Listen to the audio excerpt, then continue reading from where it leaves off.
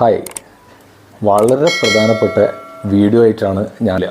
നിങ്ങൾ നേരെ കംബോഡിയയിലേക്കോ മ്യാൻമറിലേക്കോ data entry, അത്യാവശ്യം കമ്പ്യൂട്ടറിൻ്റെ നോളജ്, കുറച്ച് സംസാരിക്കാനുള്ള കഴിവ്, നമ്മളെ നാട്ടിലെ ആൾക്കാരെ പറ്റിക്കുക, എന്നിട്ട് ലക്ഷങ്ങൾ അടിച്ചു മാറ്റുക.